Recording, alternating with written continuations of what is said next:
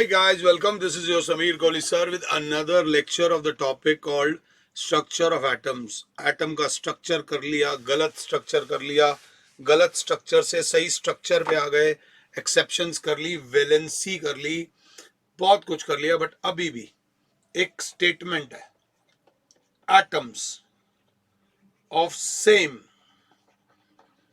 element are identical in every respect and atoms of different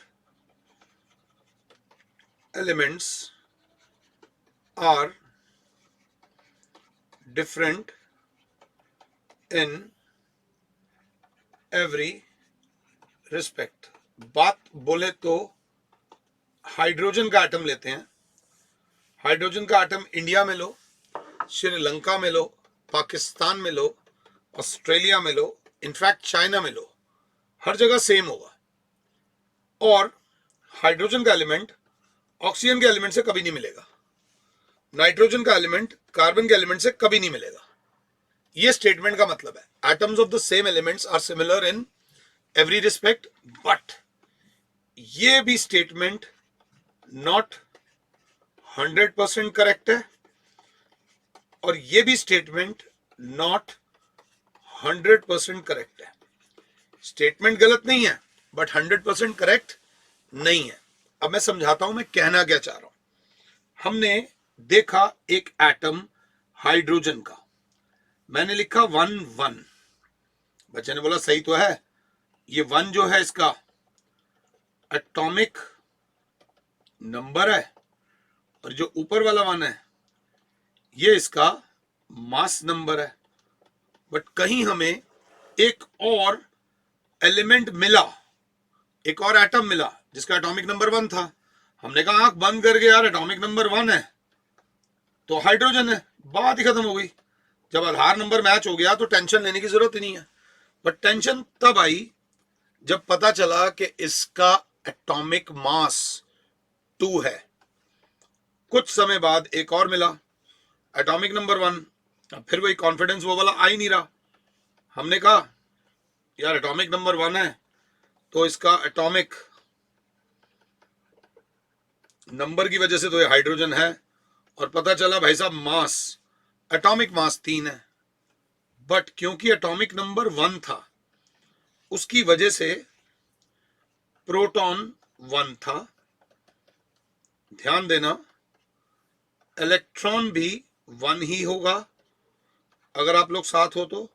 और क्योंकि electron 1 है तो इलेक्ट्रॉनिक कॉन्फ़िगरेशन K में 1, K में 1 और K में 1 होगा. और K में 1, K में 1, K में 1 होगा तो वैलेंसी सेम होगी. वैलेंसी सेम होगी तो सेम केमिकल प्रॉपर्टीज होंगी क्योंकि तीनों को ही एक एक इलेक्ट्रॉन चाहिए K शेल में. तो फर्क कहां आ रहा है? फर्क आ रहा है मास में. मास की वजह से न्यूट्रॉन्स 1 में से 1 माइनस करूंगा, न्यूट्रॉन्स हो गए 0, न्यूट्रॉन्स हो गए 2 में से 1 जाएगा 1 और 3 में से 1 जाएगा, न्यूट्रॉन्स हो गए 2. तो इनको क्या बोलते हैं? इनके लिए एक टर्म यूज होती है दैट इज कॉल्ड आइसोटोप्स. इसके ऊपर बेस्ड एक क्वेश्चन तो आएगा ही आएगा. एक एक वर्ड को ध्यान से सुनना. इनको बोलते हैं atoms of same element. Element सेम है चाचा, एलिमेंट अलग अलग नहीं है. Atoms of same element having, क्या बोलोगे?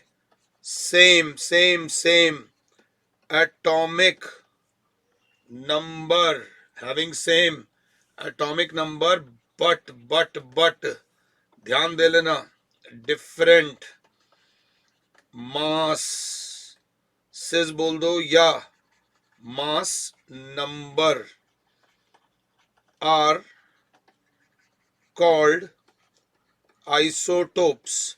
मैंने उल्टा पढ़ाया है टॉपिक को, ध्यान से देख लेना. और note they contain same number of valence electrons. ये वर्ड बहुत बहुत इंपॉर्टेंट है. They contain same number of valence electrons, thereby showing similar chemical properties, thereby showing similar chemical properties, but different physical properties. ये dude बहुत important है. Why do, ये question पूछा जाएगा, आएगा ही आएगा. Why do isotopes show similar chemical properties. अगर आप मेरे सामने बैठे होते तो मैं ये लाइन 3 बार लिखवाता, ये वाली लाइन 3 बार लिखवाता. और अगर उधर कोई अर्जुन बैठा है, अर्जुन नाम से अर्जुन नहीं होता, अर्जुन काम से अर्जुन होता है. अर्जुन वो होता है जो गुरु को गुरु मानता है और गुरु की हर बात को मानता है. नो मैटर गुरु क्या कह रहा है, वो इतना जानता है कि गुरु मेरा बुरा नहीं चाह रहा. तो अगर उधर कोई अर्जुन बैठा है तो उससे मेरी रिक्वेस्ट है कि इस लाइन को 3 बार लिखो भैया. इस लाइन को प्लीज 1 बार नहीं, 2 बार नहीं, 3 बार लिखो.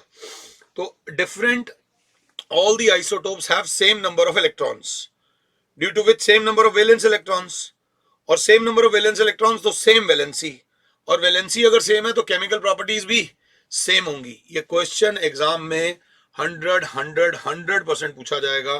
Please right this. इसे बोलते हैं आइसोटोप्स. आइसोटोप्स में अगर फर्क आ रहा है तो कहां आ रहा है?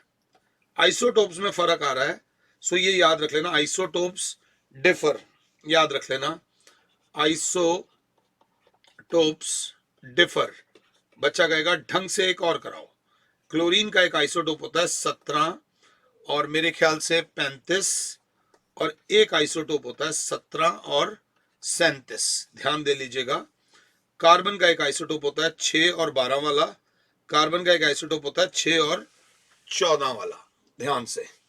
अब अगर एटॉमिक नंबर 17 है तो प्रोटॉन 17, इलेक्ट्रॉन 17, 35 में से 17 गया, न्यूट्रॉन्स आ गए 18.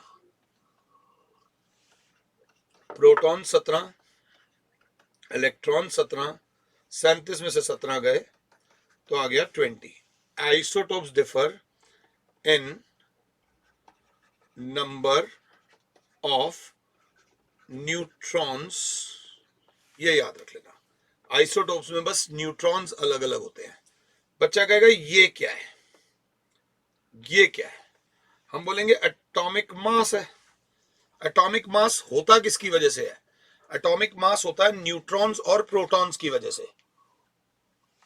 तो बच्चा कहेगा सर मैं एक स्टेटमेंट लिख रहा हूं, बताओ ये स्टेटमेंट सही है या गलत है? तो उसने बोला isotopes differ in atomic masses. मैंने कहा वो चाचा मेरा टाइम ना वेस्ट कर, ये मैं ऑलरेडी डेफिनेशन में करा चुका हूं.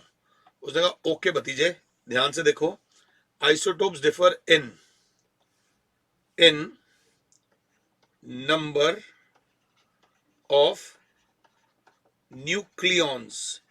ये ट्रू फॉल्स में आ सकता है. एटॉमिक मास को टुगेदर में न्यूक्लियॉन्स बोलते हैं.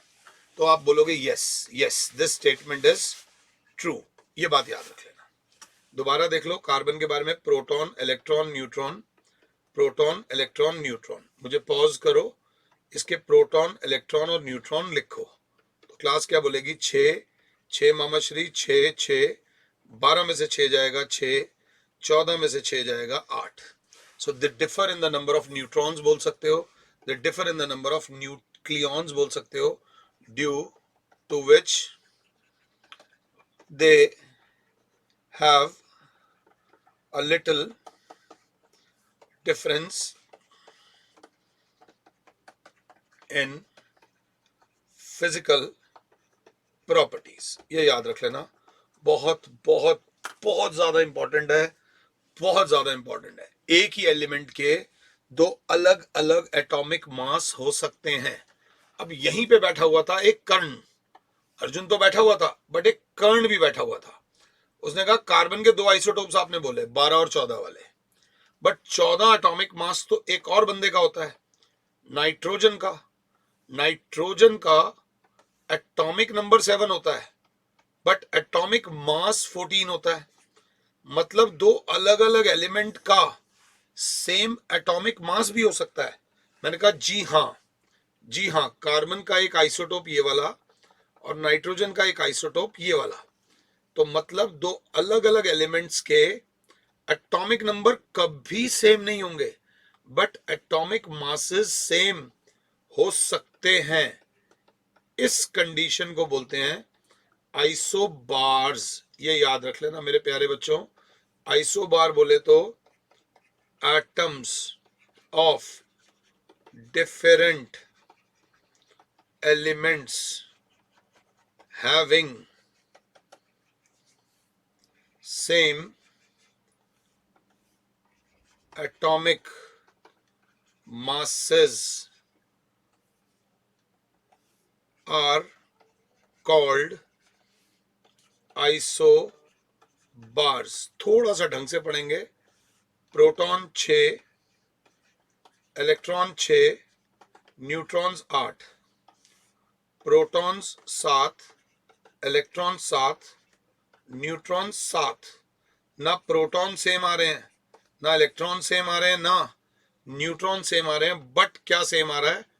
टोटल सेम आ रहा है। टोटल सेम आ रहा है means they contain same number of, एक वर्ड आएगा, प्रोटॉन और न्यूट्रॉन्स को इकट्ठे में बोला जाता है न्यूक्लियॉन्स। प्रोटॉन और न्यूट्रॉन का जो टोटल है वो सेम आएगा। 2000 रुपए एक बंदे की जेब से निकले, दूसरे बंदे की जेब से भी 2000 रुपए निकले। पहले बंदे की जेब में 2000 रुपए का एक नोट था, दूसरे बंदे की जेब में 500 रुपए के 4 नोट थे। ये याद रख लेना, नोट अलग अलग हो सकते हैं बट टोटल सेम था। इनको बोलते हैं आइसोबार्स। क्या बोले हैं भैया? आइसोबार्स। ये याद रख लेना, आइसोबार्स और आइसोटोप्स। आइसोबार्स को लेकर ज्यादा परेशान होने की जरूरत नहीं है, आइसोटोप्स को लेकर ज्यादा परेशान होने की जरूरत नहीं है। आइसोटोप्स में बस एक बात याद रख लेना, isotopes have similar chemical properties. Isotopes have similar chemical properties. ये जरूर बहुत ध्यान से देख लेना, नहीं तो थोड़ी सी दिक्कत हो सकती है। असंतुलन भी पढ़ेंगे अभी इन द नेक्स्ट लेक्चर। हम इस टॉपिक को कोशिश करेंगे खत्म करने के लिए। छोटा टॉपिक था फिलहाल के लिए। और Sameer sir is saying you good bye, god bless all, जय माता दी।